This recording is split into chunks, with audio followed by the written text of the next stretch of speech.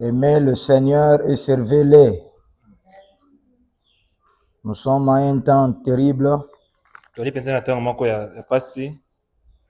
Hier, il y a un serviteur de Dieu qui m'a appelé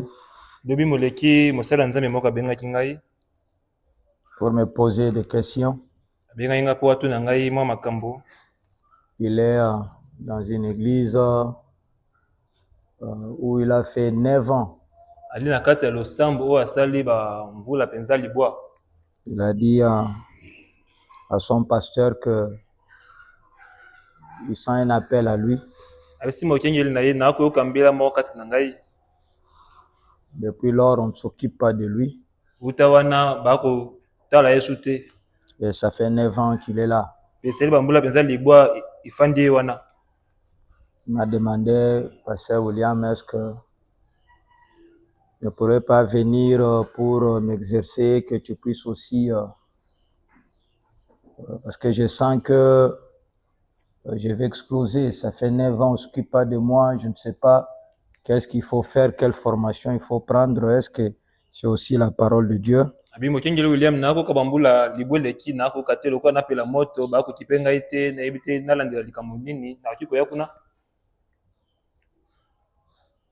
J'ai eu pitié des gens. Nous sommes dans un temps où il y a trop de pasteurs inconvertis. Parce que Frère Branham, tel que nous l'avons vu, il y a 3 générations. Il y a plutôt 4 générations. Le 5e, c'est pour une refondation, un recommencement. Et une génération compte 40 ans. Aujourd'hui, nous sommes à la 3e génération. Frère Branham dit, dans la 3e génération, il ne reste que quelques braises par-ci, par-là. La raison pour laquelle, et ces pasteurs-là que les gens trouvent spirituels parce qu'ils sont trop méthodiques.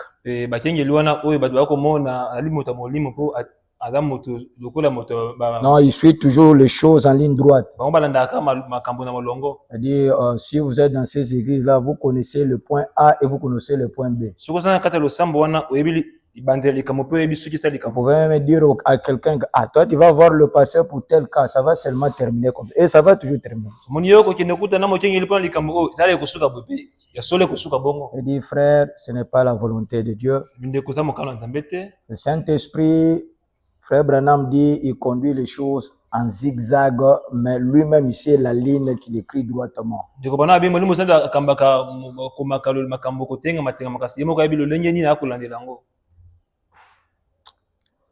Et lui a dit, regardez Frère Branham, ce qu'il dit, si vous sentez un appel, vous devrez exercer cet appel-là. Il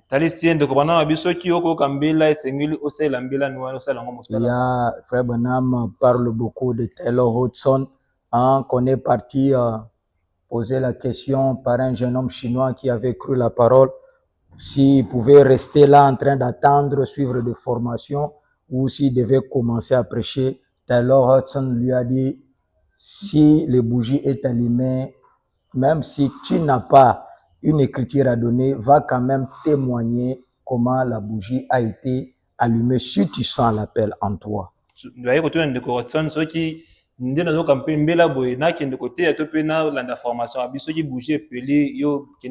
Frère Branham dit, c'est comme ça qu'il faut faire cela. Vous voyez dans une église un don. Vous savez que c'est par rapport à vos dons qu'on va vous donner des récompenses au ciel. Amen. Donc, c'est-à-dire, si un pasteur vous empêche de parler en langue, vous empêche de prophétiser, vous empêche d'exercer ce que vous sentez en vous, il empêche Christ d'agir, c'est un antichrist.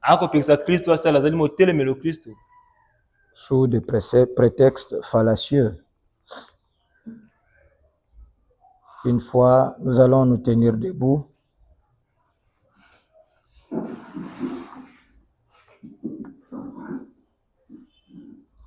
Nous allons prendre Ésaïe 7,14. Lisons au nom du Seigneur Jésus. C'est pourquoi le Seigneur lui-même vous donnera un signe. Voici la Vierge concevra, elle enfantera un fils. Et elle lui donnera le nom d'Emmanuel. Vous pouvez vous asseoir. Dieu bien-aimé, donne-moi l'onction nécessaire, Seigneur. Tu sais que le diable s'était apprêté pour déranger les cultes, déranger le courant. Pardonne-nous aussi, Seigneur, parce que nous avons détecté ces choses en retard. Et nous sommes des êtres humains, ces choses affectent. Dieu bien-aimé, viens me donner la force, je n'ai pas assez de force. Seigneur, enseigne-moi, enseigne ton peuple. J'aimerais leur parler de la vérité que tu as mis dans mon cœur. Seigneur Jésus, le monde célèbre la nativité. Seigneur, nous ne croyons pas que tu étais né le 25 décembre. Mais par contre, l'apôtre Paul nous a dit de ne pas juger ceux qui considèrent un certain jour comme spécial. C'est la raison pour laquelle, Seigneur, supportant le faible, Seigneur, nous nous associons à eux. Seigneur notre Père, pas comme des gens ne connaissant pas ta parole, mais pour pouvoir, Seigneur, penser au jour de ta naissance, Seigneur notre Dieu. Père, pas parce que tu es né le 25 décembre, c'est une fête païenne, mais parce que, Seigneur notre Dieu, nous voulons supporter le faible. Enseigne-nous ta parole au nom du Seigneur Jésus-Christ. Amen. Amen.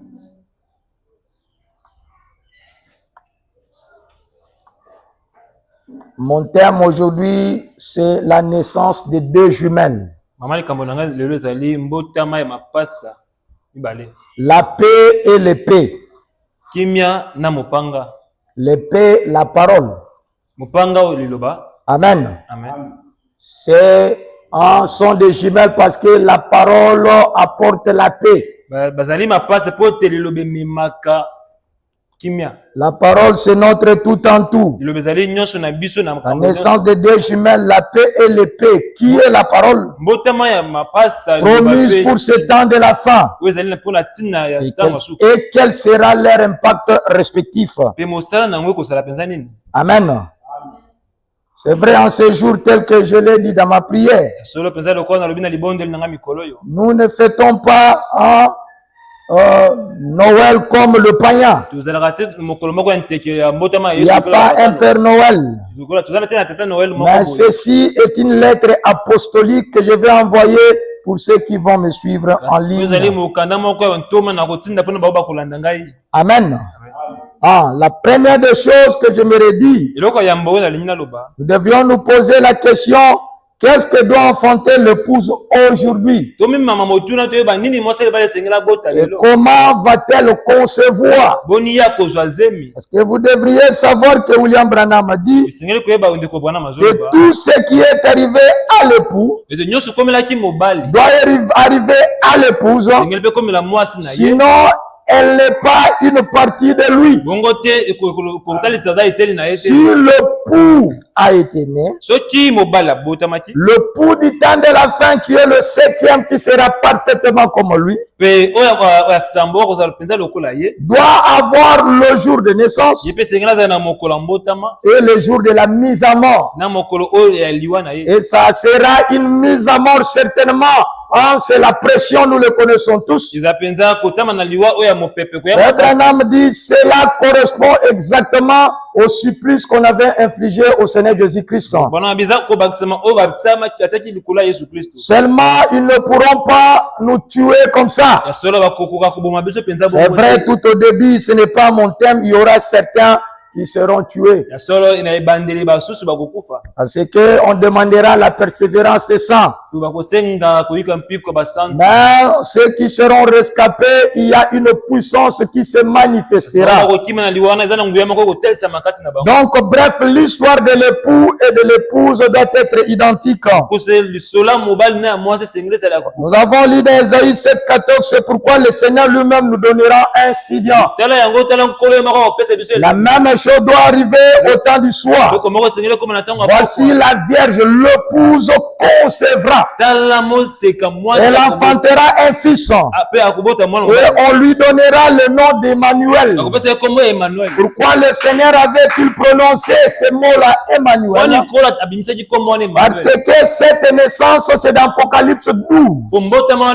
À partir du verset 1. Une autre mari doit concevoir au temps du soir.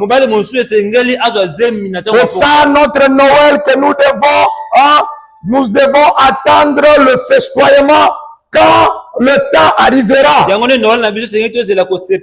Ou plutôt pour ceux qui vont participer à cela. Écoutez-moi très bien. Dans Apocalypse 12, 1, il est dit ceci. Un grand signe parut dans le ciel. Ici aussi, on nous parle d'un signe. Vous devrez être attentifs. Une femme enveloppée du soleil. Vous vous souviendrez que Marie a été aussi enveloppée du soleil de la justice. Dites Amen. Et c'est là qu'elle a conçu.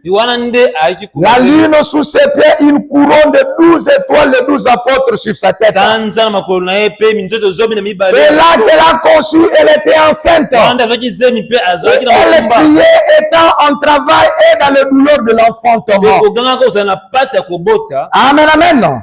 C'est ce qui va arriver ou ce qui est en train d'arriver pour l'épouse. Écoutez, tout comme Marie, l'épouse enfantera la plénitude de la parole. Au travers toutes ses caractéristiques et attributs, se manifestant et se reflétant au travers la vie de l'épouse. Et aussi dans toute sa puissance vivifiante. L'enfant que l'épouse conçoit aujourd'hui et que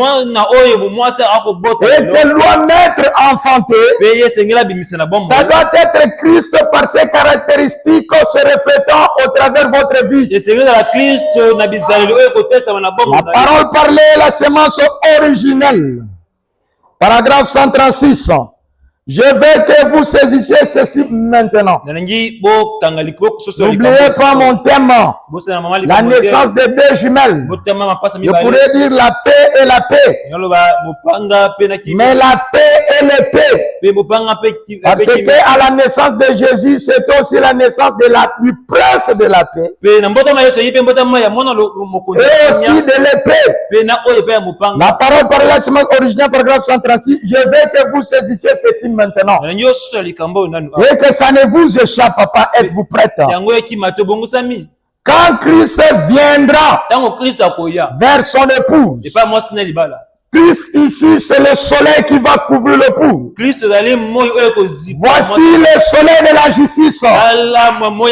Est-ce que quelqu'un comprend? Quand Christ viendra vers son époux, et il est déjà venu depuis le 28 février 1963, cette épouse sera une vierge. Comme Marie l'était. En effet, Dieu ne fera pas sortir Christ.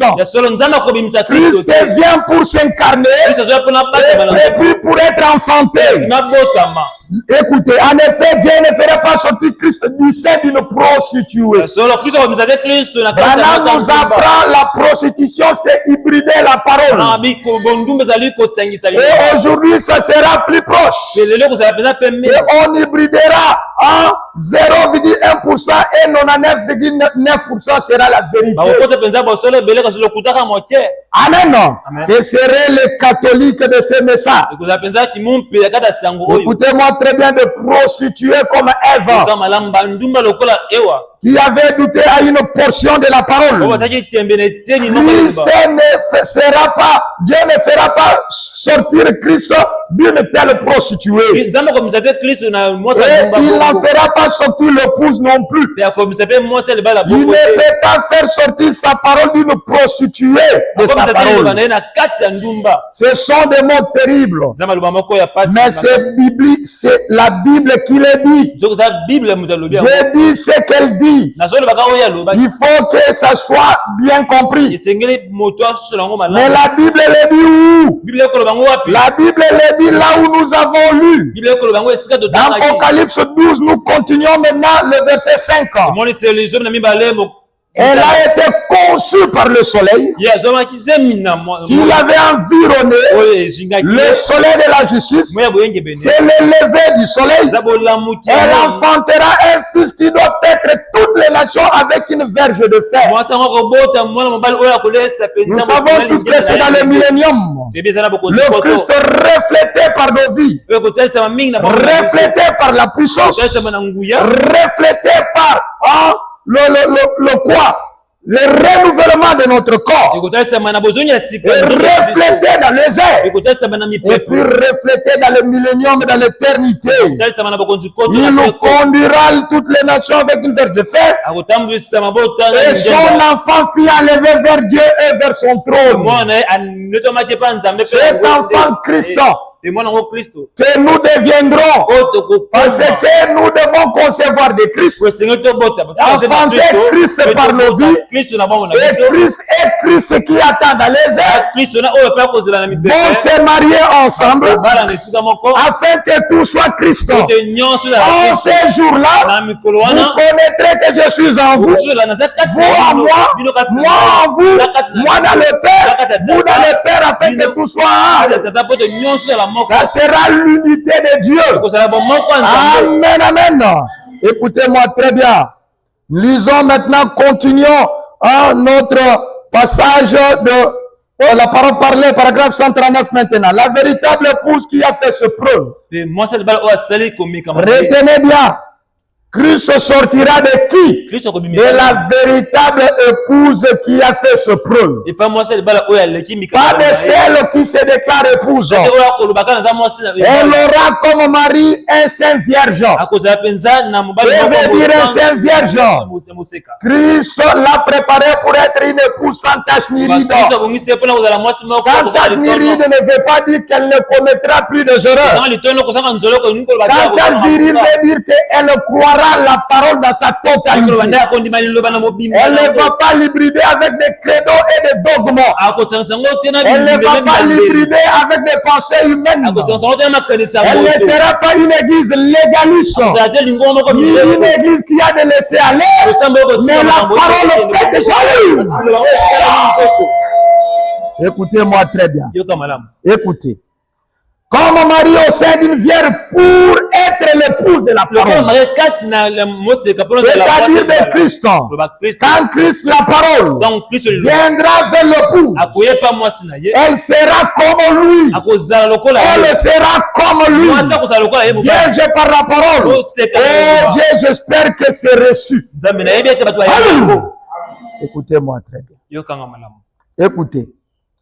J'aimerais que vous notiez que ce sera une épouse. Comme nous l'avons dit, qui aura fait ses preuves. Retenez-les parce que nous y reviendrons. Quelles sont les preuves que l'épouse doit passer? La parole parlée, la sémence origine, paragraphe 140. Voyez, j'espère que vous comprenez. Qu'est-ce qu'il était? La parole. La parole de Dieu. Il avait sur son vêtement un nom écrit. La parole de Dieu. Au commencement était la parole. Et la parole était avec Dieu. Et la parole était Dieu. La parole a été faite chez elle, habitée parmi nous. Il était Dieu et Dieu est la parole. Et quand son épouse viendra, quand son épouse viendra, Frère Branham a dit, dans les événements rendus clairs par la prophétie, il dit que ça ne sera pas simplement la venue de l'époux, mais ça sera la venue de l'époux. En d'autres termes, la naissance de l'épouse tout entière. Parce qu'il est représenté par 7 ans. Le 7e an représente le pouls du temps de la femme. Il sera enlevé.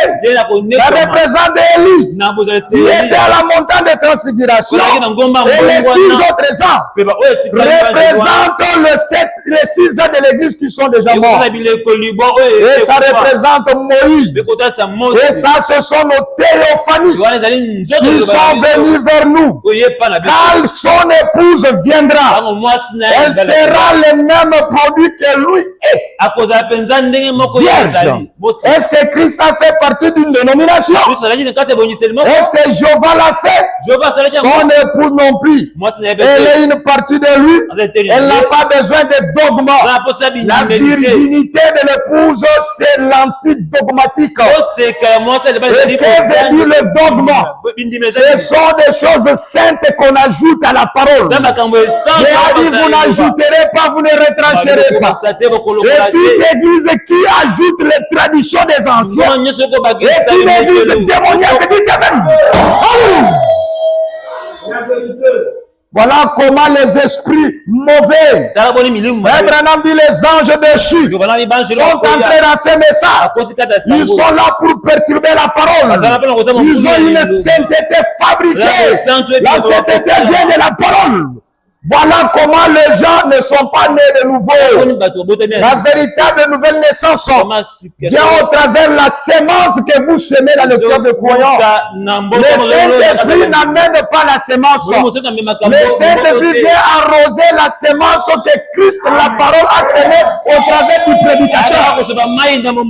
Si le prédicateur n'est pas appelé, si le prédicateur a dévancé l'appel, le Saint-Esprit ne s'aimera jamais au travers de lui. Si le prédicateur ajoute certaines pratiques qui ne sont pas dans la parole, cette sémence ne formera jamais le pouce. Elle n'a pas besoin de dogme. Elle n'en acceptera aucun. Elle sera absolument vierge. Comment? Par la parole. Amen. Elle ponctuera chaque parole que Dieu a prononcée d'un amen.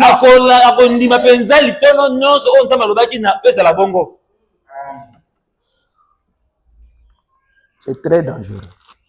Quand les gens commencent à prendre des choses qu'ils trouvent bon, c'est ce que Jésus avait trouvé. Jésus a trouvé le gens, le pharisien qui exigeait les gens de pouvoir avant de manger, laver le main, nettoyer de coupe, ainsi de suite. C'était devenu comme une rituel sainte. Ils ont posé la question à Jésus. Pourquoi donc tes disciples ne font pas ceci ou cela? C'est vrai, Jésus est un Dieu éternel. Il pouvait dire aux disciples, vous savez, on va découvrir les microbes au XVIIIe siècle. Les gens ont quand même raison. Laver le main, laver le coupe, faites ces choses-là avant de manger. Non, Jésus a dit, vous pharisiens hypocrites, vous êtes en train de rendre le commandement de Dieu vain. En prenant le commandement d'homme à les élevant. C'est en vain que vous m'adorez. Écoutez-moi bien, si les gens veulent se laver les mains, laissez-les libres. Mais n'en faites pas un rituel scripturel alors que ce n'est pas écrit. Dieu a dit, vous n'ajouterez pas, vous ne retrancherez pas. Aujourd'hui aussi, au temps du soir, les anges déchus. Un déchu veut dire quelqu'un qui n'a pas tenu en sa place dans la parole. Ils ont pris le message de l'heure qui nous ramène dans la parole. Ils ont ajouté un peu, ils ont retranché un peu. Mais ils se disent épouse parce qu'ils ont écrit le nom des tabernacles dans leurs églises. Parfois, j'ai pitié des gens. Peu importe la chose peut sembler bon. Si ce n'est pas la parole, laissez-la d'écouter. Écoutez. Elle ponctuera chaque parole de Dieu par un amen. Il dira qu'elle me soit faite selon ta volonté comme mari. Seigneur, qu'elle me soit faite selon ta volonté. Voilà, elle ponctuera la parole de Dieu. Elle aura un saint vierge. De quoi sortira-t-elle? D'un saint vierge. La parole. De quoi Jésus est-il sorti? D'un saint vierge. Je dis amen. Oh, je me sens bien. Écoutez-moi très bien. certes après la venue de la plénitude de la parole. Là au mot 107 à 63, tout membre de l'épouse sans mélange, il a reçu une nouvelle naissance authentique. Je dis bien la nouvelle naissance, il faut deux choses. Le pasteur doit s'aimer une parole sans l'hybrider dans vos cœurs. Et quand le Saint-Esprit viendra arroser, ça va produire Christ. Si la parole qu'on a mis à vous est déjà hybridée, même si c'est hybridé à 0,01%, les enfants, je vous dis la vérité, l'épouse ne sortira jamais de cela. Voilà comment toutes ces églises ici, vous allez voir 15 000, 30 000 personnes, toute une bande d'inconvertis légalisés. Il n'arrive pas la nouvelle naissance est devenue une bête noire pour eux. La Bible dit si quelqu'un est en Christ, il sera une nouvelle créature. Dieu ne mange jamais. Si le diable peut transformer quelqu'un et le rendre un fou, à plus forte raison, le Dieu du ciel ne peut pas arriver à changer le peuple des gens. Toute une bande d'inconvertis. Vous savez, j'ai parfois pitié. Toute cette litanie qui s'est dit du message de c'est eux qui graisseront les dents. Les autres, les dénilés, ils savent déjà leur sort. Mais ce sont des pharisiens modernes. Alléluia. Dieu doit entrer en toi. Si j'ai vu, c'est le plus moi qui Christ qui vit en moi. Alléluia. Bande de pauvres. Vous mettez des plumes de pauvres. Vous mettez des poulets. La nouvelle naissance est devenue une bête noire. Pourquoi? Des pharisiens modernes les ont menti. Si vous ne pouvez pas, que Christ ne peut pas changer, vous changez ce qu'il n'est pas Dieu. C'est qu'il a menti. Amen, amen. Écoutez-moi très bien. C'est ce qui va arriver. Et dans Jean 6, 63, il est dit, c'est l'esprit qui vivifie. La chair ne sert de rien. Forcer la chair ne servira à rien. Les paroles que je vous dis, sont esprits qui produisent la vie. Quand Dieu commence à dire qui est, il y a eu. Écoutez, Dieu a prononcé la parole. Chaque jour vous venez, oh Dieu, rien ne change là-bas. Contrôlez bien ce que vous prêchez. Christ est le mystère de Dieu révélé, paragraphe 465. Et souvenez-vous qu'en tant que son époux, nous sommes maintenant enceintes de son esprit. Je n'attends pas les amens. Oh là là, l'église mettant au monde des enfants. Enceinte de son esprit. Ayant son nom. Portant son nom. Portant sa vie. Produisant les signes de sa vie. Évidente par la prééminence. Amen, amen. Le deuxième des saints. Le premier c'était Dieu. Personnifié dans son fils. Le deuxième des saints, c'était Dieu Christ, la parole. Venant dans le cou. Et cela est arrivé le 28 février 1963. Amen, amen. C'est ce qui est maintenant le deuxième des saints. Avoir la prééminence dans son époux. L'évidence de sa résurrection. Montrant au travers de vous qu'il est vivant. Avec le même signe. La même colonne de feu. Les mêmes choses. Christ a parlé en langue. L'époux doit aussi parler en langue. Christ a prophétisé. L'époux doit prophétiser. Christ a guéri les malades. L'époux doit guérir les malades. Il allait de lieux en lieux faisant le bien. L'époux doit manifester le bien. Alléluia. Il a ressuscité les morts, le pouvoir de ressusciter les morts. Avec les évidences de sa résurrection. Montrant qu'il n'est pas mort, mais qu'il est vivant pour toujours. Et c'est ça la vie éternelle. Le signe de la résurrection, c'est ce qui prouve que vous avez la vie de Christ en vous. Si la vie de Christ est en vous, alors Dieu est surnaturel. Et c'est confirmé, cela confirme au monde que nous sommes vivants en lui. Non, vous êtes une bande de morts. Alléluia. Écoutez-moi très bien. Il y a des gens aujourd'hui qui ont l'habitude de brandir l'alliance, qui est le message mécanique. Mais il s'agit ici non pas de brandir l'alliance comme les enfants d'Israël quand ils étaient là-bas en Égypte. Quand on a dit prends le sang, mettez dans vos linteaux. L'enfant d'Israël n'allait pas venir commencer à montrer la circoncision, à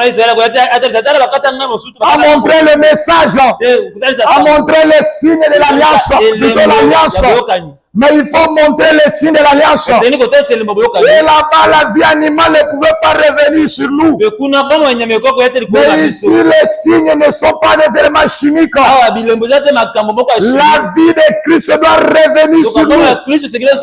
Le Saint-Esprit, la dynamique, doit venir en nous. Et ce doit être la dynamique promise pour aujourd'hui. Écoutez mes enfants, aujourd'hui nous devrions avoir la double portion de la Pentecôte. Si Branham est mort et que les soi-disant, je ne parle pas de pasteur Selemani ou Edingwe, ou dans l'église ce n'est que les gens le suivent. Au point que si le mort, les gens sont morts avec lui. On lui donne, comment on dit, hein? On l'adore. Je ne parle pas de ça. Je parle de la puissance de Dieu envahissant l'église. Depuis que Branham est mort, on les voit nulle, j'ai dit de nulle part. Si nous n'arrivons pas là-bas, nous avons manqué le but. L'église c'était de nous ramener à la foi des apôtres. Ça c'est la première portion. Et la deuxième portion c'est de nous ramener dans l'amour divin. La puissance vivifiante. Le troisième but. La double portion. C'est ce que nous devrions être. Plus que ce que nous lisons là-bas. Écoutez-moi très bien. Dans les signes, paragraphe 72, Frère Branham dit ainsi aujourd'hui, vous pourriez être un chrétien de confession. Vous pourriez être, avoir une alliance avec Christ. Mais si ce signe n'est pas exhibé, à cette dernière heure où nous sommes arrivés maintenant, il est impossible qu'il passe par-dessus. Le signe doit être exhibé. Oh, nous croyons les miracles. On ne les voit pas. Oh, nous croyons ceci. Nous croyons les parlants. On ne les voit pas. Non. Les signes de la résurrection doivent être exhibés. Nous croyons toute la parole. Tous les églises croient toute la parole. Non. Tous ces sépulcres ne croient pas toute la parole. Si nous croyons toute la parole, la vie de Christ elle est accompagnée à l'église. Écoutez-moi très bien. Maintenant, souvenez-vous, un juif aurait pu s'approcher et dire, je vais vous prendre frère à côté. Je crois que ça, c'est la vérité. Je crois que c'est la vérité. Je crois le message. Je crois le prophète Moïse. Je crois que cette colonne de feu le conduit. Je crois que c'est Jéhovah. Il peut témoigner de tout cela. Croire toute la parole de manière intellectuelle. Croire tous les messages. Mais cependant dit, eh bien, je suis heureux que vous parce que je suis un juif circoncis. S'il n'avait pas le sang la nuit de Pâques, il mourrait malgré tout. Et aujourd'hui, chaque individu qui ne peut pas exhiber ces signes du Saint-Esprit se meurt spirituellement et mourra. Il se meurt spirituellement. On doit voir la vie de Christ en toi. Et on doit aussi voir la puissance de Christ en toi. Écoutez-moi très bien. Écoutez. Peu importe combien vous croyez dans la mort, l'ensevelissement et la résurrection, croire que Branham c'est un prophète. Peu importe combien vous récitez le credo des apôtres, que vous les récitez quoi que vous fassiez, peu importe combien vous êtes bien instruit, et l'expérience théologique, vous avez terminé toutes les brochures. Si vous n'exhibez pas les signes, c'est fini pour vous. Jésus, la parole promise pour ce jour, dans l'épouse, après avoir enfanté une vie pure, l'épouse est supposée enfanter une fusion. Plus que celle de la Pentecôte. Je vous parle de choses que l'épouse doit enfanter aujourd'hui. Quand je vous parle, elle va enfanter Jésus. La parole, c'est vague. La parole doit être exhibée. Dieu nous a promis qu'en ces temps-ci, il doit y avoir une fusion plus que la Pentecôte. Dans les signes, paragraphe 24. Du 28 11e mois 1963. Et je m'attends à un moment de fusion de l'esprit. De l'esprit de Dieu dans ces derniers jours. Où nous vivons maintenant à un autre déferlement du Saint-Esprit dans l'église pour la foi de l'enlèvement. Juste avant que cela ne se produise, avant que l'enlèvement se produise, l'épouse doit recevoir un déferlement, une fusion du Saint-Esprit. Et tout se met bien en ordre pour cela. Et je crois que nous sommes arrivés maintenant au moment où la parole doit avoir la prééminence. La parole va avoir tellement la prééminence. Je crois que c'est le moment où nous devons mettre de côté nos credos. Voilà le problème pour que Christ soit enfanté. Ce qui empêche Christ que soit enfanté dans l'épouse ou dans des églises du message, ce sont des credos et nos pensées, les bonnes pensées, et de revenir à la parole. Si tu as fait du tort, demande seulement pardon. Ne commence pas. Suivez seulement la parole. Si vous ne le suivez pas, vous êtes mort et vous mourrez. Écoutez-moi très bien. Voilà pourquoi aujourd'hui, si vous ne croyez pas la guérison divine, est-ce que quelqu'un comprend? Vous êtes perdu. Car en réalité, si vous ne pouvez enfanter les prémices de Christ, la parole, comment arriverez-vous à faire sortir le troisième pur? Le message est mal prêché. Des églises qui ne croient pas la puissance. Abraham dit, vous dites que vous ne le croyez pas parce que vos œuvres le démontrent. Ils sont là à faire attendre les gens le troisième pur. Vous allez les manifester avec quoi? Comment vous allez arriver à la foi de la résurrection? Pour que ce corps soit transformé. Si Christ n'est pas enfanté en vous dans des petites choses, comment allez-vous vaincre la bête et traverser les murs?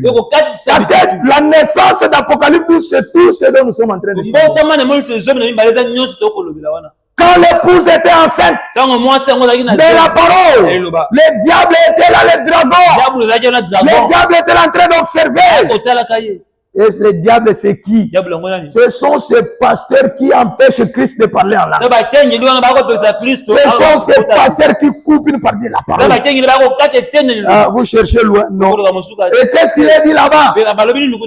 Alors qu'il est en train d'entendre, il emportera un tiers des enfants de Dieu. Et là, c'est même mal traduit vraiment par les deux tiers. Mal traduit, ce n'est même pas montage, je n'ai pas le temps de vous entrer dans l'étymologie et la théologie de toutes ces choses-là. Amen. C'est exactement des tiers. Des tiers de tout ce monde qui s'appelle le tabernacle. N'iront nulle part. Pourquoi? Les diables au travers des hommes soi-disant saints, des papes de ces messages, des papes de tabernacle, sont là en train d'empêcher le pouls. Ces papes-là sont dans des réseaux sociaux, en train de créer des polémiques inutiles. Nous allons y arriver dans la double naissance de deux jumelles. Vous allez me supporter, allons-y. Écoutez-moi très bien. Oh là là. Écoutez, dans la foi est une ferme assurance, paragraphe 60, bien, de 1947. Cela nous ferait crier pensez-y. Et les gens me disent qu'ils ont la foi. Mais ils disent qu'ils ne peuvent pas croire à la guérison divine. Mes amis, si vous ne croyez pas à la guérison divine, vous êtes perdus.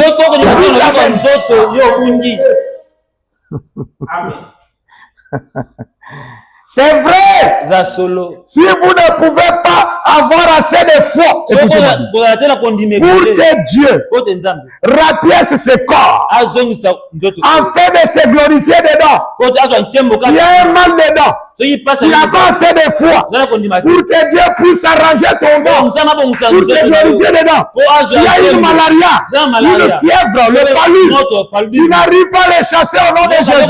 Pour que Dieu se glorifie, combien plus de foi il vous faudra-t-il avoir pour croire que Dieu prendra ces vieux corps mortels pour les rendre immortels?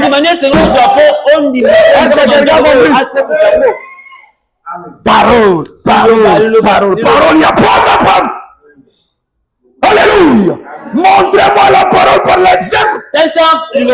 Pas par une vie légaliste. La Bible dit vous produirez le fruit. Abraham dit tu ne viens pas dans l'arbre pour lui produire le fruit. Il est produit naturellement. Est-ce que vous pouvez dire à l'agneau de produire la laine?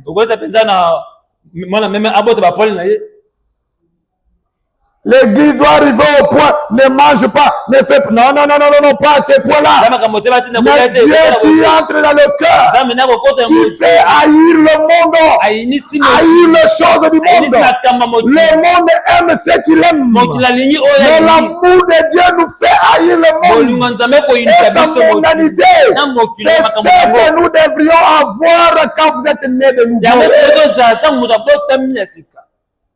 Vous voyez quelqu'un, il est avec mon téléphone, le téléphone comme le mien ici. Il est sur Facebook, dès qu'il voit une femme misère, fini, il est perdu. Il a oublié même le temps de prier. Mais quand l'épouse arrive là, l'épouse fait passer vite. Parce qu'elle est cela. Je vous parle de la véritable nouvelle naissance de la Bible. Ça, écoutez-moi très bien. À combien plus forte raison?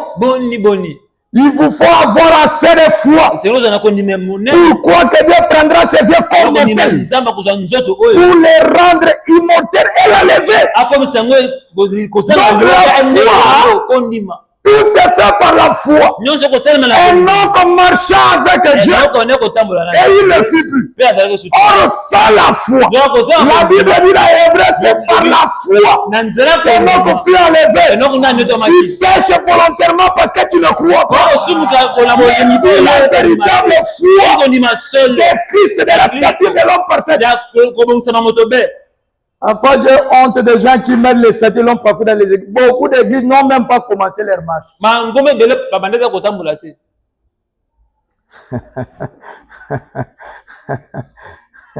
Et ils ne savent même pas interpréter ça. Le Saint-Esprit que vous voyez dans la tête là, c'est la portion pour aujourd'hui. Et vous n'entrez pas dans ce statut-là, vous ne commencez même pas dans la vertu si vous êtes baptisé du Saint-Esprit que les apôtres ont baptisé. Vous dites vous avez la foi, où est la vertu? Il n'y en a pas. Quand on fait entrer quelque chose là-bas, ça donne sans provision. Il est venu. Le tête. Ça, c'est le diable. Le diable vous empêche de voir l'essentiel. Écoutez-moi très bien. Frère Branham dit, la résurrection et toutes ces choses, ça sera une guérison divine directe. Branham dit, oh là là, il y aura de terribles déceptions au jour du jugement à la résurrection. Nous devons en arriver au point où nous serons enlevés. C'est un exercice. Vous commencez par la petite foi qui change votre vie, qui manifeste la vertu, qui est patient, qui est tempérant. Et ainsi de suite, c'est là que vous allez atteindre la foi parfaite. Si vous n'avez pas la foi pour la guérison divine, vous êtes perdu. Écoutez-moi très bien. Nous devons arriver au point où nous serons enlevés comme un homme. C'est vrai. Il avait reçu la foi, le témoignage selon lequel cela était agréable à Dieu. Sans la foi, nous ne pouvons pas plaire à Dieu. Vous pouvez avoir votre sainteté là-bas. Si vous n'avez pas la foi, vous n'êtes pas né de nouveau. Dieu ne vous connaît pas. Vous n'êtes même pas agréable à Dieu. Écoutez-moi très bien. Oh, le passage qui suit dit que Enoch fut agréable à Dieu. Et la Bible dit, sans la foi, il est impossible d'être agréable à Dieu. Ainsi, vous devez avoir le même genre de foi pour croire et être sûr. Amen, amen. Oh, je me sens bien. Écoutez. L'épouse va enfanter. Ça sera une reproduction parfaite de l'épouse dans la vie, dans la puissance et à tout point de vue. Même dans la persécution, l'épouse va être persécutée dans la grande persécution. C'est ça les dernières douleurs de l'enfantement avant la naissance de Christ. Christ dans sa totalité, je vous le dis. Et rien ne peut aller de travers. C'est le lever du soleil de 1965, paragraphe 58. Il y a eu des églises et des églises, des épouses et des épouses, des églises, des épouses et des épouses. Tout le monde est épouse dans le message. Dans le tabernacle plutôt. Paragraphe 59. Mais il y en a une qui doit venir. Branham dit alléluia. Il faut qu'une vraie épouse apparaisse. Il doit venir une qui n'aura pas seulement la mécanique, la parole, le message, mais aussi la dynamique de cela. Ah non, non. Laquelle vivifie l'église et la met en mouvement par la puissance de sa résurrection. À quoi sert-il de polir le chrome? Tu prends ta voiture, tu commences à laver, mettre la peinture et tout. Tu se donnes dans des constructions des églises, dans des constructions de bâtiments, embellissement des bâtiments avec des croix, des photos de nuées, toutes ces choses. À quoi ça sert tout cela? Ah non, non, non, non. Si nous ne sommes pas encore arrivés à cet endroit, quel endroit? Là où nous pouvons manifester la dynamique et la mécanique. Si nous n'avons pas encore trouvé cet endroit, à quoi sert-il de lui redonner l'apparence du neuf, de lui faire un polissage? Si elle n'a pas cette dynamique en elle, telle que parfaite que ce soit la mécanique, il lui faut une dynamique pour le mettre en marche. Et maintenant, le monde entier doit reconnaître qu'il est de nouveau vivant. Il n'était pas seulement la mécanique, la parole de Dieu, mais il était aussi la dynamique qui le confirma. Et comme lui est l'époux, alors l'époux doit être manifesté. Manifesté, c'est ça ce que veut dire enfanter. Car elle est une partie de lui. Et elle ne peut être que la manifestation de l'accomplissement de toutes les révélations de tous ceux qui ont parlé de l'époux. Vous n'avez rien compris. L'époux de ce temps ici doit manifester Adam. Doit manifester Abel. C'est-à-dire que tous les personnages de la Bible. Est-ce que quelqu'un comprend? Tous les personnages de la Bible font partie des promesses qui doit, si l'épouse est toute la parole, il doit être le type de tout ça. Je n'ai pas le temps de lire. L'époux doit avoir le pouvoir que Moïse avait pour séparer la mer rouge. Pour arrêter le soleil. Comme Adam pour dire, toi arbre va te planter là-bas. Est-ce que quelqu'un comprend? Tout ça, c'est ça Jésus. Amen. Écoutez, elle ne peut être que la manifestation de l'accomplissement de toutes les révélations de tous ceux qui ont parlé de l'épouse. Elle ne peut que se manifester si elle fait quelque chose différemment de l'épouse. Alors elle n'est pas l'épouse. Parce qu'elle est chair de sa chair, os de ses os, vie de sa vie, puissant de sa puissance. Elle est lui.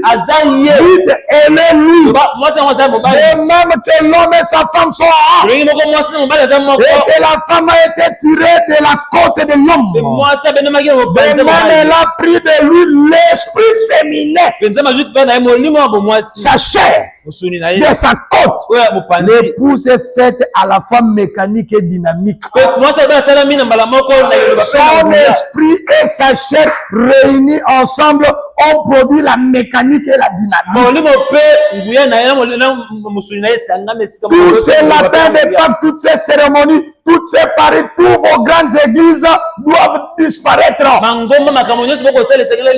À moins que l'église ne devienne à la fois dynamique et mécanique. Et l'esprit de Dieu qui lui fit accomplir les choses qu'il a accomplies. À moins que l'épouse soit cela. S'il a touché à 16 cylindres, alors l'époux fera de même. Amen. Car il a dit dans Jean 14:12, c'est lui qui croit en moi. Frère Branham dit n'importe qui. C'est lui qui croit en moi fera aussi les œuvres que je fais. Je vais charger sa mécanique avec ma dynamique, de sorte que le monde ne pourra pas lui résister. Et je le ressusciterai au dernier jour. C'est ça le message pour aujourd'hui. La dynamique et la mécanique mises ensemble. La mécanique sans la dynamique ne sert à rien. La dynamique sans la mécanique non plus. Vos histoires, nous sommes les baptistes du message.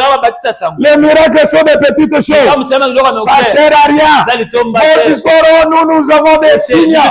Vous êtes toujours la parole. Ça ne sert à rien. L'époux sera au milieu de la route. Rassemblant les baptistes du message. Vous venez à la parole. L'ensemble, le pentecôtiste du message. Les autres disent, vous êtes des pentecôtistes. Les autres disent, vous là-bas, il n'y a rien là-bas. Mais l'épouse est au milieu. Poussons les deux ensemble. Voilà ce que les esprits caïniques est en train de combattre. Vous me demandez, je suis de Cessou, je suis de Christ. Tous ces gens-là sont rejetés. Car Dieu m'en a parlé personnellement. Des anges déchus. Il y a même toute une litanie en enfer. Écoutez-moi très bien. Je ne parle pas une partie de dynamique morte. Frère Branham dit comme des fruits pourris. Des petits miracles là-bas, des petits histoires. Je parle de la puissance vivifiante. La parole parlée. Je n'ai pas quelque chose, mais ce que j'ai, je te le donne.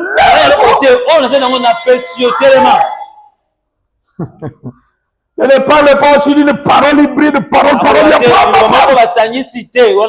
Je parle de mystère qui sort de la bouche de l'époux. Et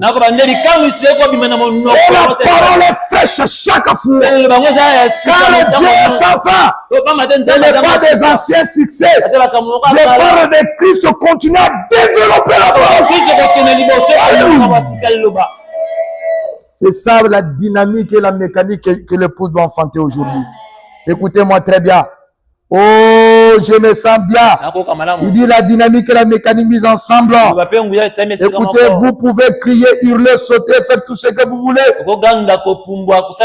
renier cette parole. Cela ne servira à rien. Vous ne faites que faire tourner les pistons à la manivelle.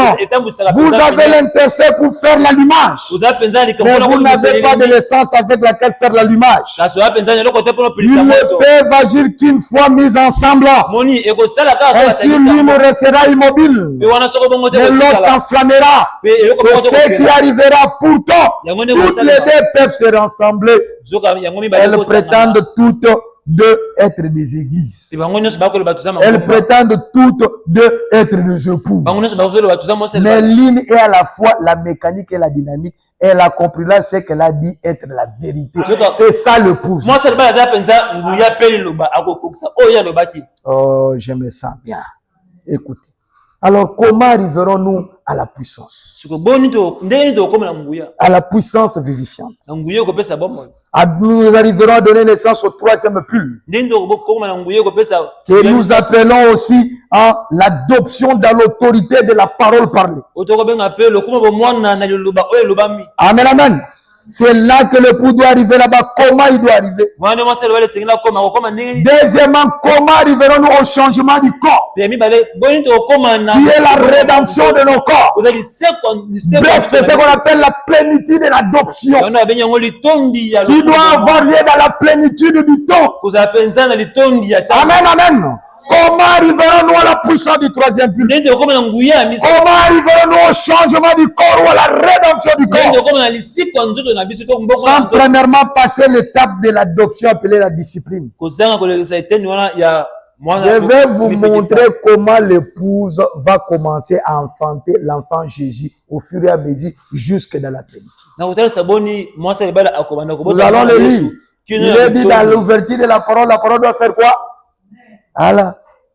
C'est ce que les gens manquent. Et c'est ce que le diable va produire aussi une paix. Dieu aussi va produire une paix. Et cette paix viendra au travers de ces étapes ici. Amen, amen. Ah, c'est ce que nous devions voir. Je vais voir si je vais couper après. Je peux continuer le dimanche si Dieu le veut. Écoutez-moi. Comment arriverons-nous à cela? En réalité, il y a 3 étapes que les gens n'ont pas été enseignés pour arriver à la pleine manifestation de Christ. C'est l'adoption dans la discipline. C'est l'étape de l'adoption qu'on appelle la discipline. La deuxième étape, on l'appelle la parole parlée ou l'autorité du Fils. Un fils d'abord qui est discipliné. Après, on lui donnera le pouvoir de la parole. Sa parole va valoir aussi la parole du Père. C'est ce qu'on appelle le troisième pull. Si on vous enseigne le troisième pull, ça vous montrer comment y arriver. Vous aurez toujours des problèmes. Et la troisième étape, c'est la rédemption du corps. Amen, amen. C'est à partir de là que vous serez enlevé. Si vous n'êtes pas adopté, l'enlèvement n'est pas pour vous. Beaucoup de gens disent, oh non, il faut avoir le Saint-Esprit. Oui, il faut avoir le Saint-Esprit.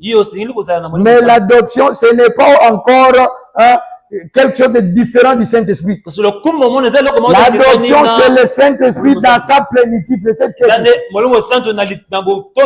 Sans être cimenté et aimanté par cela. Votre Saint-Esprit va diminuer et parfois disparaître. Écoutez-moi. Qu'est-ce qui est dit ici? C'est ce qui maintenant va être réellement l'objet de notre étude. Si je n'arrive pas à terminer, je vais continuer prochainement. Retenez que d'abord, il y a la discipline. Et puis, on va considérer la parole du Fils. Et puis, troisièmement, on va lui mettre la robe. Cela veut dire qu'il est maintenant dans la plénitude de l'exercice de son temps. Et le Père l'a agréé, c'est alors qu'il peut être enlevé. C'est ça la naissance de l'enfant Christ. Amen, amen. En effet, Jésus, dans sa première venue, était né avec deux choses, la paix et l'épée. Il était lui-même ces deux choses et son objectif était de pourvoir à ces deux choses-là. Lui-même était ces deux choses-là. Mais son objectif était aussi de pourvoir à ces deux choses-là à son peuple.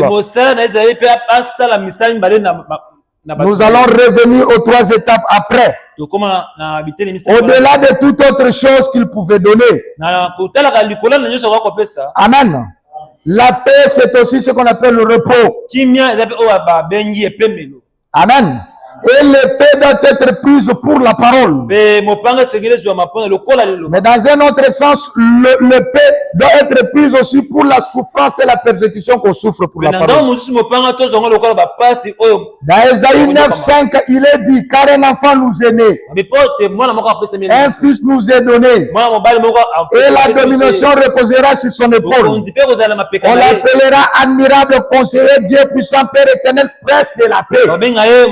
C'est évident que le dernier titre qu'on donne au Seigneur, c'est le prince de la paix. Parce que la paix, c'est la dernière chose que Jésus, dans le pouce, doit accomplir. Son époux doit enfanter la paix ici au temps de la fin. Elle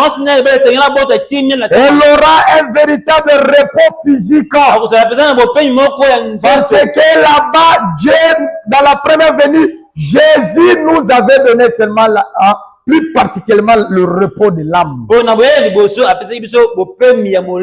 Et même quand nous avons des souffrances, vous priez, Dieu vous donne la paix. Mais dans nos corps, nous soupirons, nous souffrons. Amen, amen. Mais le repos physique, c'est la dernière chose que l'épouse doit donner comme naissance. Amen. Car il ira à l'enlèvement pour vivre avec le Seigneur pour toujours. Et puis descendre dans le millénium et dans l'éternité. Amen. Dans Matthieu 11:28, il est dit, venez à moi, vous tous qui êtes fatigués et chargés, et je vous donnerai du repos. Prenez mon joug sur vous et recevez mes instructions. Car je suis doux et humble de cœur. Et vous trouverez du repos pour vos âmes. Vous trouverez du repos pour vos âmes. Car mon joug est doux et mon fardeau est léger. Dans Romains 14:17, il est dit, car le royaume de Dieu, ce n'est pas le manger, le boire, mais la justice, la paix. La paix, c'est le repos et la joie par le Saint-Esprit. Dans Romains 8:23, cela montre que le corps continue à soupirer, à pleurer. Ce n'est pas elle seulement, pas simplement la nature, mais nous aussi qui avons le prémisse de l'esprit. Nous aussi, nous soupirons en nous-mêmes en attendant l'adoption, la rédemption de notre corps. Cela veut dire le repos vient avec l'adoption, la rédemption de notre corps, ou le changement de notre corps. C'est cela, c'est que tout le prophète depuis Adam attendait. Dans Hébreux chapitre 3, verset 16. La Bible dit qu'ils firent en effet ceux qui se révoltèrent après.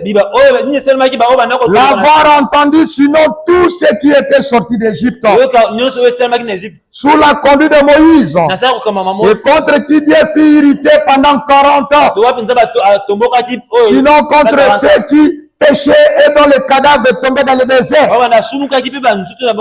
et à qui il jura. Il n'entrerait pas dans son repos. Dans une phase, le Saint-Esprit vient pour le repos de l'âme. Mais ici, à la fin, le Saint-Esprit se manifeste au travers du repos physique. Le prince de la paix doit naître au travers de vous. Sinon, à ceux qui avaient désobéi, aussi voyons-nous qu'ils ne purent y entrer à cause de leur incrédulité. Tous ces passages nous montrent comment parvenir à ce repos. Parce que nous tous nous soupirons pour le repos. Nous soupirons pour la paix. Hébreux 4, 1, craignons donc tandis que la promesse d'entrer dans son repos subsiste encore. Qu'aucun de vous ne paraisse être venu trop tard. Amen, amen. Ici nous appliquons la promesse du repos dans le physique. Dans Matthieu 16, 27. Amen. Cela montre comment ce repos viendra. Car le Fils de l'homme doit venir dans la gloire de son Père. Le Fils de l'homme, le Seigneur Jésus-Christ, doit venir à l'intérieur de la gloire. La nuée amène toujours la gloire du Père. Quand la nuée a rempli le temple de Salomon, la gloire va environner le temple. Comprenez comment je vous montre comment cette naissance va arriver. Je vais un peu par-ci par-là. Je ne suis pas un docteur, mais comprenez-moi. Je vous ai montré que selon Apocalypse 12, le soleil de la justice entoure le pou. Comment la colonne de feu avait entouré Marie pour qu'elle conçoive. La même chose arrive aujourd'hui. Quand dans Malachie 4, il est dit, pour vous, se lèvera le soleil de la justice. Et quand ceci est venu, William Branham dit, c'est le soleil de là. Shalom. Le lever du soleil. Amen, amen. Christ est le mystère de Dieu révélé. Dans Matthieu 5, verset, il dit, car les filles doivent venir dans. Amen. Dans la gloire de son Père, avec ses anges, nous avons vu les anges. Et alors il rendra chacun selon ses œuvres. Il viendra pour le jugement. Nous voyons les juges suprêmes. La 2 Thessaloniciens insiste. En quoi cette promesse est liée au repos? La dernière des choses que Esaïe nous dit, il sera appelé le prince de la paix. Et l'apôtre Paul dit, nous soupirons. Il lit cette paix avec l'adoption, virgule, la rédemption de nos corps. Et là, dans Apocalypse 12, le diable était en train d'attendre pour que nous puissions pas donner naissance au repos, à la paix. C'est l'enfant Jésus qui doit naître aujourd'hui. À la fin du processus, dans 2 Thessaloniciens 1:6, il est écrit, car il est de la justice de Dieu de rendre l'affliction à ceux qui vous affligent. Encore le jugement. Souvenez-vous d'Ésaïe 61. Il est venu premièrement pour la grâce. Dans sa seconde venue, il vient pour le jugement. Et de vous donner à vous qui êtes affligés. Dans nos corps, nous sommes encore affligés. Nous subissons des peines. Mais de vous donner quoi? Du repos avec nous. Si l'apôtre Paul parlait seulement du Saint-Esprit, il n'allait pas parler du repos avec nous. Quand? Lorsque le Seigneur Jésus apparaîtra du ciel. Il est apparu où? Du ciel. Quoi? Avec les anges de sa puissance. Ce sont les anges de la divinité. Au milieu d'une flamme de feu. La colonne de feu de la nuit. C'est ça la nuée de jour. Si ceci était en pleine nuit, vous allez voir une flamme de feu. C'est ce que l'apôtre Paul est en train de parler. Quand nous voyons cela, levez vos yeux, car votre rédemption est proche. Le repos arrive. la paix arrive. Amen, amen. Oh, je me sens bien. Au milieu d'une flamme de feu. Pour faire quoi? Pour punir les juges suprêmes. Ceux qui ne connaissent pas Dieu. Et ceux qui n'obéissent pas à l'évangile de notre Seigneur Jésus. Et Jésus avait 7 étoiles. Les dernières étoiles, c'est William Branham qui amène ça. C'est l'évangile du Seigneur Jésus-Christ.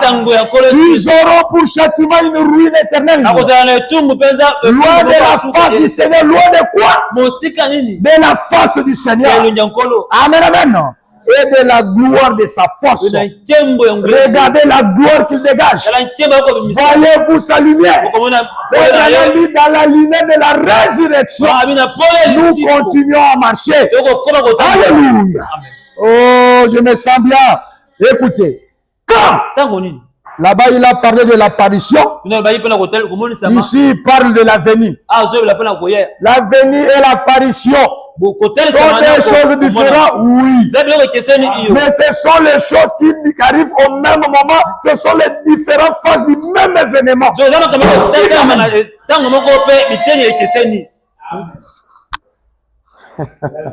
Parce que l'apôtre Paul dit, il apparaîtra, il apparaîtra du ciel. Ici, il est le même événement. Il dit lorsqu'il viendra pour être, pour faire quoi? En ces jours-là, glorifié dans ses sangs. Vous cherchez l'avenir. L'avenir, c'est dans ses sangs. Apocalypse 12. Le soleil de la justice vous embaume pour que vous puissiez concevoir l'avenir caché, secret. Il prendra l'un et laissera l'autre. Ce que vous attendez là, c'est une autre phare. Vous ne le verrez même pas. Frère Branham dit, quand on dit tout est le verra. Frère Branham nous montre que Dieu ne compte que ceux qui sont dans son économie. Il dit même ceux qui l'ont percé. Ce ne sont pas tous les juifs qui le verront. Ce sont les 144 000. Est-ce que quelqu'un comprend? Quand il dit tout est le verra, Frère Branham dit ils ne le verront pas. S'ils le voient, Dieu contredit sa parole. Il a dit la matière traite. Je te glorifie. Parce que tu casses ces choses aux sages et intelligents, et tu le révèles au bébé, ils vont l'apprendre. Amen. Vous pensez que Dieu connaît tout le monde? Oui, il connaît tout le monde. Mais dans les cas de son économie, il ne connaît pas tout le monde. Il dit, beaucoup viendra ce jour, je leur dirai, je ne vous ai jamais connu. L'apôtre Paul dit dans le livre de Galates, vous n'avez pas été connus de Dieu. Mais maintenant, vous avez été connus de Dieu. Pourquoi retournez-vous à ces fables choses? Quand Dieu dit tout là-bas, il ne compte pas tous ces fibres de chair. Ah, il est venu. Ça sera Jean monte ici et personne ne le saura. Ça sera un tel monte ici. Toi monte ici. Il prendra l'un, il laissera l'autre en train de dormir.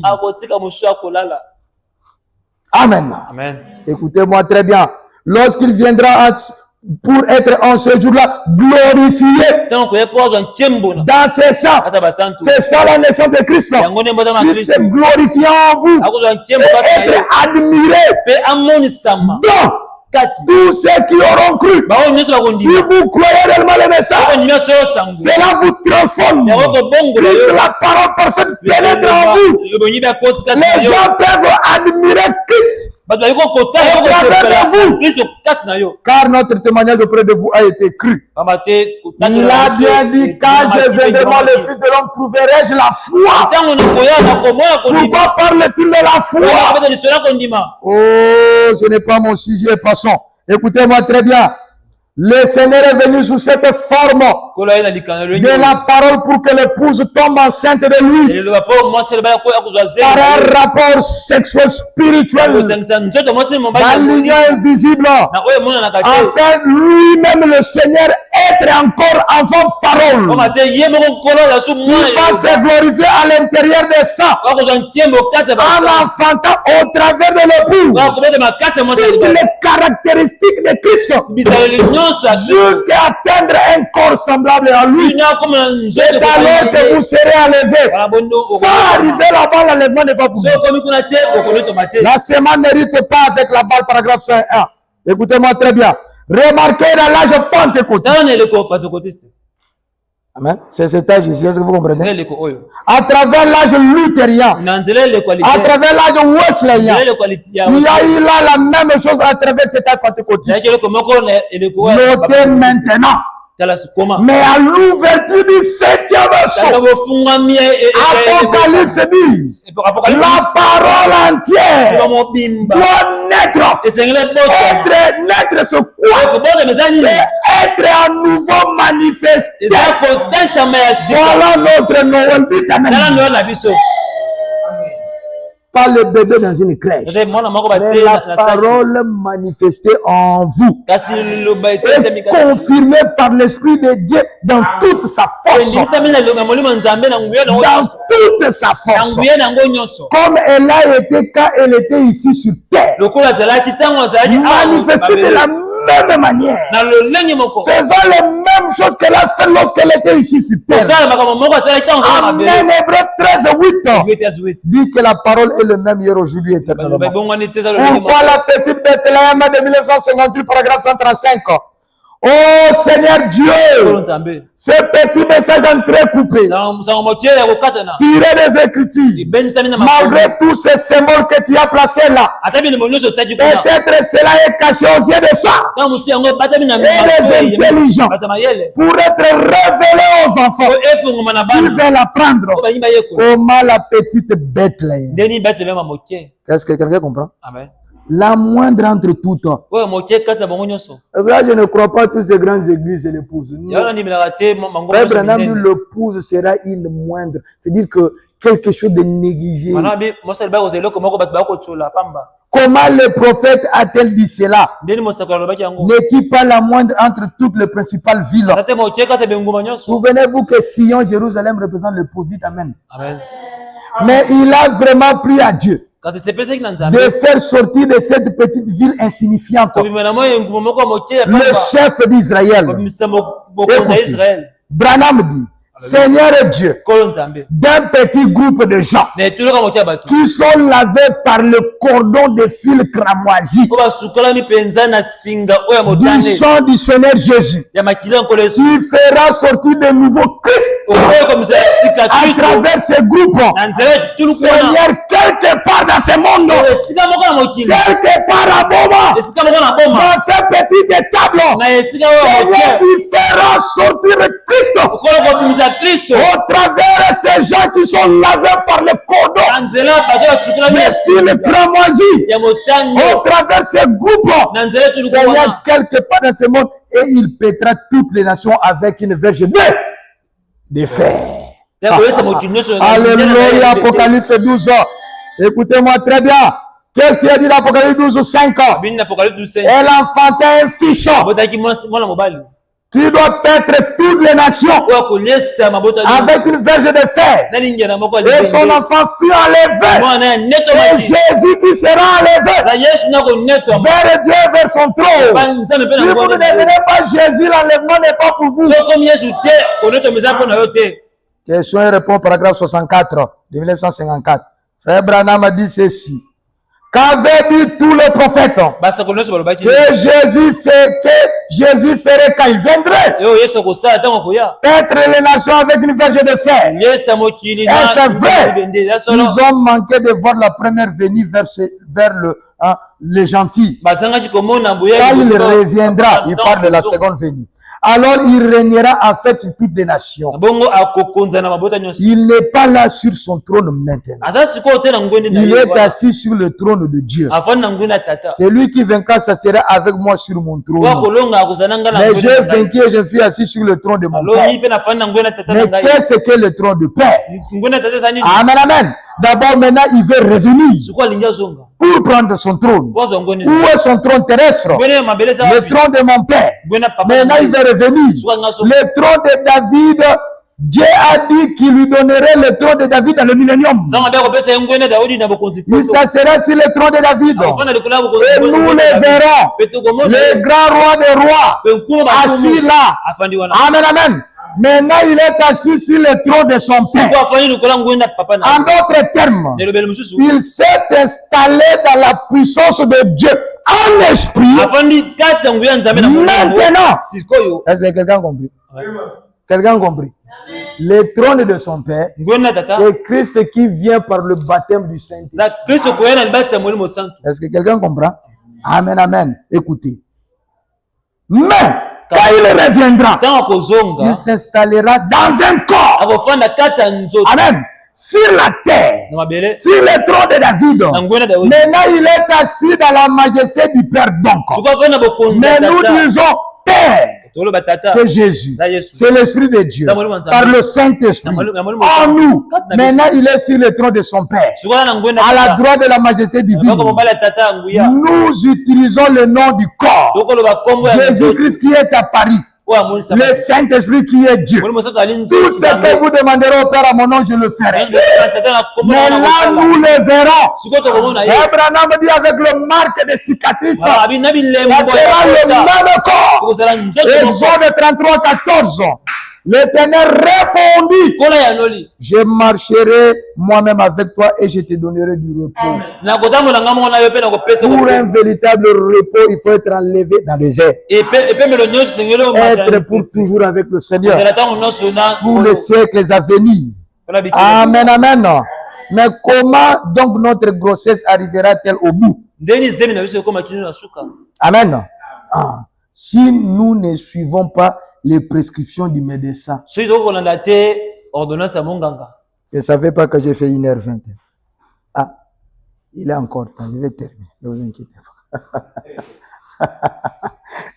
Pardonnez-moi, je vais terminer ça, je n'ai pas le temps. Écoutez-moi bien. Vous avez mangé? Vous avez qui? Hein? Non. Vous avez mangé? Non. Hein? Non. Pourquoi pas? Vous avez gardé, vous êtes les soiriens. Mangez que les soirs. Hein? Ça va, je vais couper alors. Que Dieu vous bénisse. Nous allons tenir des fois.